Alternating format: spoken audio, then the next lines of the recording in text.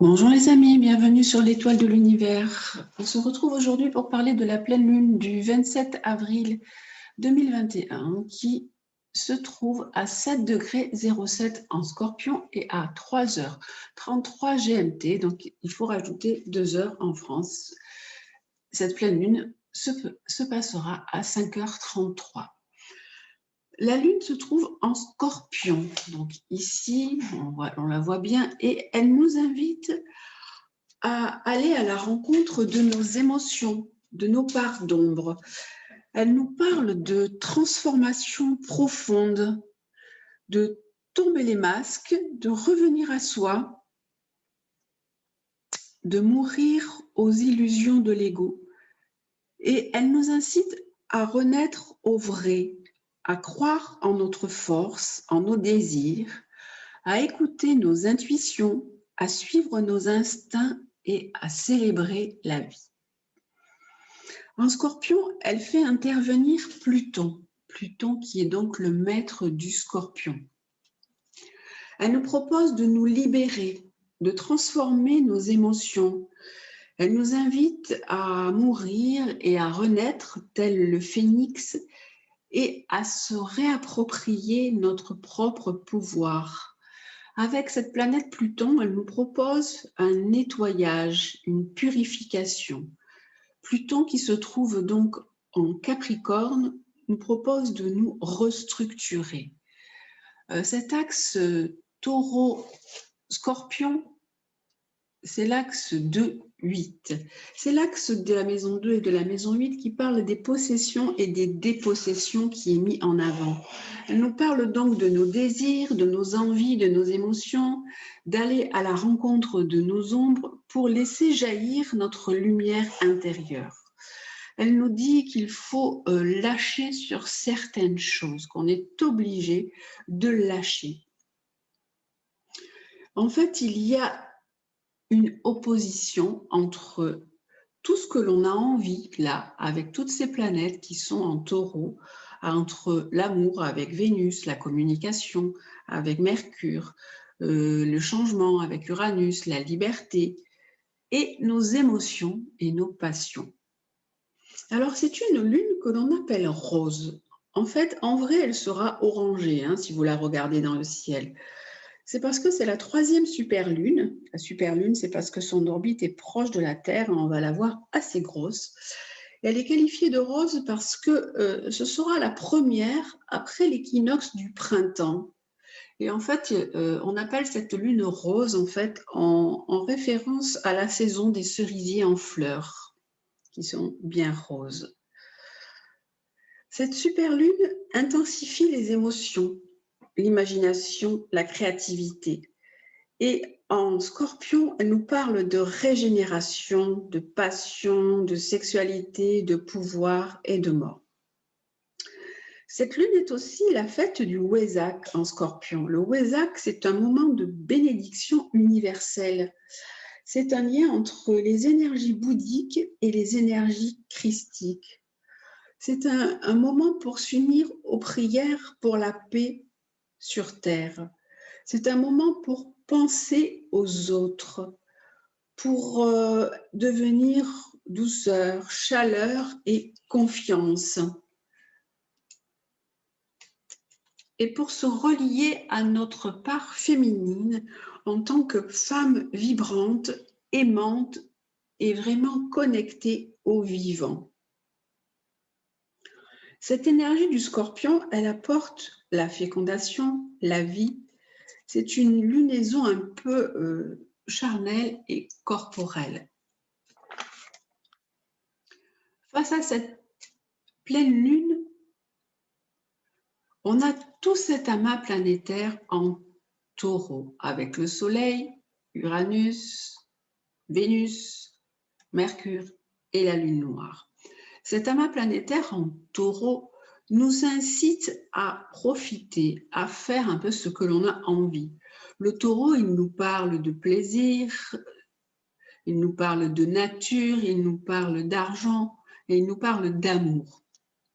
Donc on peut voir la tension qu'il y a entre tout cet amas planétaire est la Lune. On voit bien tous ces traits rouges qui vont jusqu'à la Lune. Le Soleil, il est conjoint à Uranus, donc il nous propose des changements, des bouleversements, ça peut être des rencontres, c'est de la chance aussi sur ce que l'on a envie d'entreprendre. Vénus est conjointe à Uranus aussi, donc il peut y avoir des bouleversements dans les sentiments, des bouleversements en amour. Ça peut être aussi des rencontres et ça peut être aussi des cassures. Et on a Vénus qui est conjoint à Mercure, donc on peut s'exprimer avec plus de beauté, de gentillesse, de délicatesse. Ça peut être des rencontres avec des femmes, on peut parler d'amour. Mercure, lui, il est conjoint à la Lune noire. Vénus est aussi conjoint à la Lune noire et Uranus est aussi conjoint à la Lune noire. Et tout cela, ces trois planètes qui sont là, Uranus, Vénus, Mercure, conjointes à la Lune noire, nous parlent de manque, elles nous parlent de nos parts d'ombre qui sont là présentes. On peut ressentir des émotions face à certains manques, face à des situations compliquées en amour, face à un manque de liberté, face à un manque de communication. Et donc, tout cet amas est vraiment opposé à notre psychisme et à nos émotions. On a également Uranus qui est en carré à Saturne, et ce carré qui est toujours là, toujours bien présent, hein. C'est toujours cette lutte entre l'ancien monde et le nouveau monde, entre le passé et le devenir. C'est cette lutte entre tous les choix que nous avons à faire et sur quoi on se demande sur quoi on va s'appuyer pour faire ces changements. C'est aussi, bien sûr, ça indique toujours cet empêchement, ces freins que nous avons dans la liberté. Ces tiraillements entre toutes ces émotions que l'on doit lâcher, qu'on doit se libérer et on doit se nettoyer, sont bien présents et bien marqués avec la Lune, tout cet amas planétaire et tout ce qui va là à Saturne. On a également ce Saturne-Lune, on a la Lune qui est en carré à Saturne. Alors ce carré nous parle de frustration, de mélancolie. Il peut aussi parler de perte, de décès, de deuil en ce moment. On voit que cet amas planétaire et la Lune, ils vont sur un point focus ici. Si on suit les points, on voit vraiment que la Lune, elle va vers Saturne et que tout cet amas planétaire va aussi vers Saturne, qui est vraiment un point focus, ce Saturne, qui nous demande de nous restructurer, de prendre vraiment nos responsabilités face à ces changements intervenus dans nos vies, face à tous ces bouleversements qu'on peut avoir là en Taureau.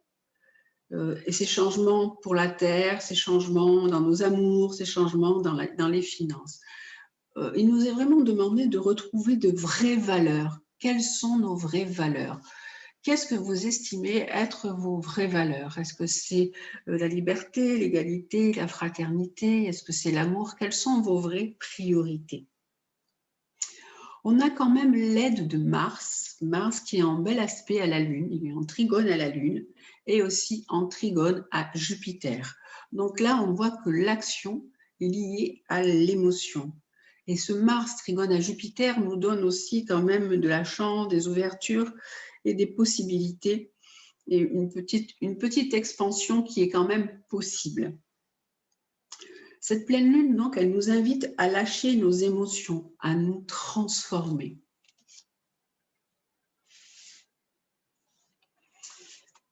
Pour cette pleine lune, vous pouvez dire un mantra ou dire ces phrases qui vont bien résumer l'énergie qu'elle propose. Je laisse aller tout ce qui n'est pas moi. Donc, vous pouvez bien répéter ces phrases si vous êtes en énergie avec la pleine lune, si vous ressentez cette pleine lune du plus profond de vous, vous pouvez bien intérioriser ces phrases, les faire vôtres et dire vraiment je laisse aller tout ce qui n'est pas moi afin d'écouter mes désirs et mes instincts qui révèlent ma vraie beauté et ma magie et me permettent de réapproprier mon pouvoir. Donc, je vous répète cette phrase qui peut résumer l'énergie de cette pleine lune et que vous pouvez faire vôtre et bien intérioriser ou bien mentaliser ou répéter. Je laisse aller tout ce qui n'est pas moi afin d'écouter mes désirs et mes instincts qui révèlent ma vraie beauté et ma magie et afin de me réapproprier mon pouvoir. Voilà donc ce que nous propose cette pleine lune. J'espère que cet éclairage vous aura plu, que ça vous aura bien permis de comprendre ce que nous demande cette pleine lune en attendant la nouvelle lune qui sera quand même un peu plus facile que celle-ci puisque celle-ci nous met vraiment dans un état émotionnel assez important face à plein de domaines. Si vous avez aussi votre thème, vous pouvez regarder quels sont les domaines impactés par la lune en scorpion, dans quelle maison elle se trouve et dans quelle maison se trouve aussi le taureau. Voilà, écoutez, je vous souhaite une très très belle pleine lune.